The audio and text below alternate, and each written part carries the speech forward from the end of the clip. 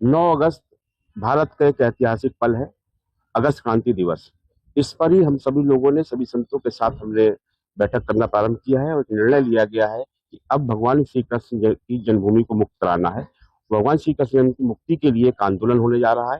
Car सेवा उसी प्रकार से प्रारंभ होने जा रही है जिस प्रकार से भगवान श्री राम लला को विराजमान करने के लिए 1990 में कार सेवा करी गई थी। आज ब्रज में, कृष्ण जन्मभूमि मथुरा में इसका आंदोलन को हम लोग प्रारंभ करने जा रहे हैं। आजाद में मामला चल रहा है, सरकार सेवा की क्या आवश्यकता पड़ती है? देखिए, कब तक प्रतीक्षा करें और क्यों प्रतीक्षा करें?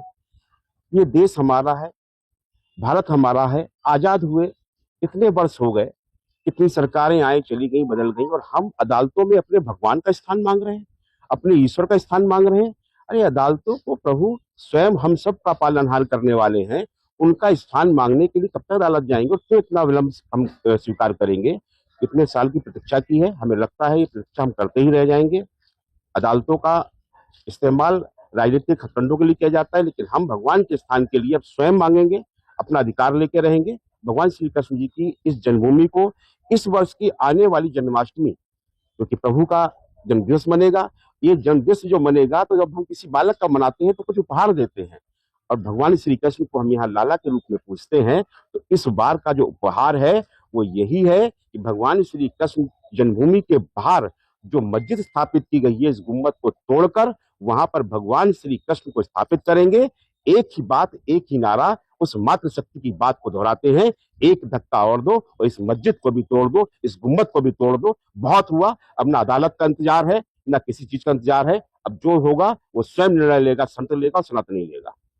जी जी, मैंने भी कल अखिलेश यादव जी को एक पत्र लिखा है, उनसे कहा है कि आप यदुवंशी हैं, भगवान श्री कृष्ण के आप वंश में जन्म आपको लेने का अवसर प्रभु ने दिया है, इससे बड़ी गौरव की बात नहीं हो सकती। और आपका अब समय आ चुका है, आप भी 2 कदम आगे बढ़कर आए और हमारा इस आंदोलन में सहयोग करें, या आप ही अपील कर दें अपने लोगों से, कह दें जाइए प्रभु श्री कृष्ण के स्थान को मुक्त कर दीजिए और भगवान श्री कृष्ण जन्मभूमि को भव्य दिव्य बनाने के लिए सहयोग करें।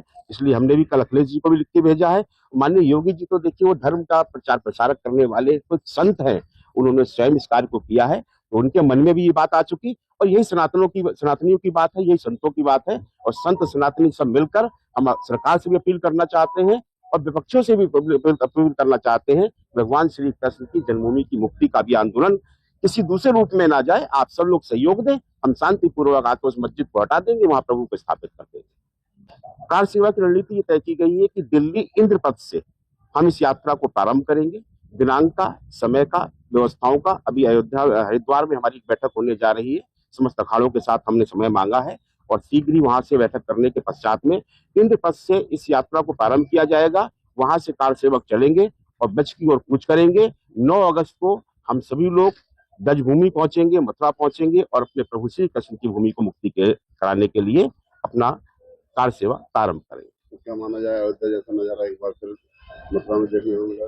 देखिए, अयोध्या जैसा नजारा तो बिल्कुल देखने को नहीं मिलेगा। उस समय पापी की सरकार थी, अधर्मी की सरकार थी, जिसने भगवान श्री राम के भक्तों पर गोलियां चलवाई थी। उसका अंत भी सबने देखा है किस प्रकार से हुआ है। अब यहाँ पर वो नहीं होगा, क्योंकि यहाँ पर एक धर्माचार्य बैठे हैं, एक योगी बैठे हैं, और हमें पूर्ण विश्वास है कि योगी सरकार ऐसा कोई कृत्य नहीं करेगी कि कृष्ण भक्त जो आ रहे हैं उन पर गोलियां चलवाएं या किसी प्रकार कार्य करें। कार सेवक अपने कृष्ण लला का नाम लेते हुए, राधा रानी का जप करते हुए यहाँ पर भक्तों के साथ बड़े उल्लास के साथ प्रवेश करेंगे, और इसमें हमारा शासन प्रशासन सब सहयोग करेगा। इस उम्मीद के साथ ही हमने अखिलेश जी को पत्र लिख दिया कि आप भी सहयोग करें, आप भी यदुवंशी हैं, आप भी भगवान श्री कृष्ण के वंशज हैं। तो आइए हम सब मिलकर भगवान श्री कृष्ण का इस जन्माष्टमी से पूर्व भव्य दिव्य स्थान बनाने के लिए संकल्प लेते हुए उस स्थान को हटा दें जो भगवान श्री कृष्ण के स्थान को दूषित करने का कार्य कर रहा है। ऐसे जिहादियों को यहाँ से जिहाद मुक्त कर देना चाहिए, ऐसी मस्जिद को हटा देना चाहिए जो भगवान श्री कृष्ण के मंदिर को तोड़कर उस स्थान पर बनाई गई हो, और वहां जहां हमारे कृष्ण लला जन्मे हैं उस स्थान पर भगवान श्री कृष्ण को विराजने का हम सब लोग संकल्प लेकर आगे बढ़ रहे हैं। किस नारे के साथ आगे बढ़ेंगे? एक धक्का और दो, इस गुम्मत को भी तोड़ दो, ये हमारा नारा है। और इसी मात्र शक्ति ने इस नारे को इसी स्थान से दिया था। हमारी साध्वी रतनगंगा जी ने उस समय इस नारे को दिया था जब हम लोग रामलला की लड़ाई लड़ रहे थे। उस नारे के साथ हम फिर आगे कूच कर रहे हैं, एक धक्का और दो और इस गुम्मत को भी तोड़ दो।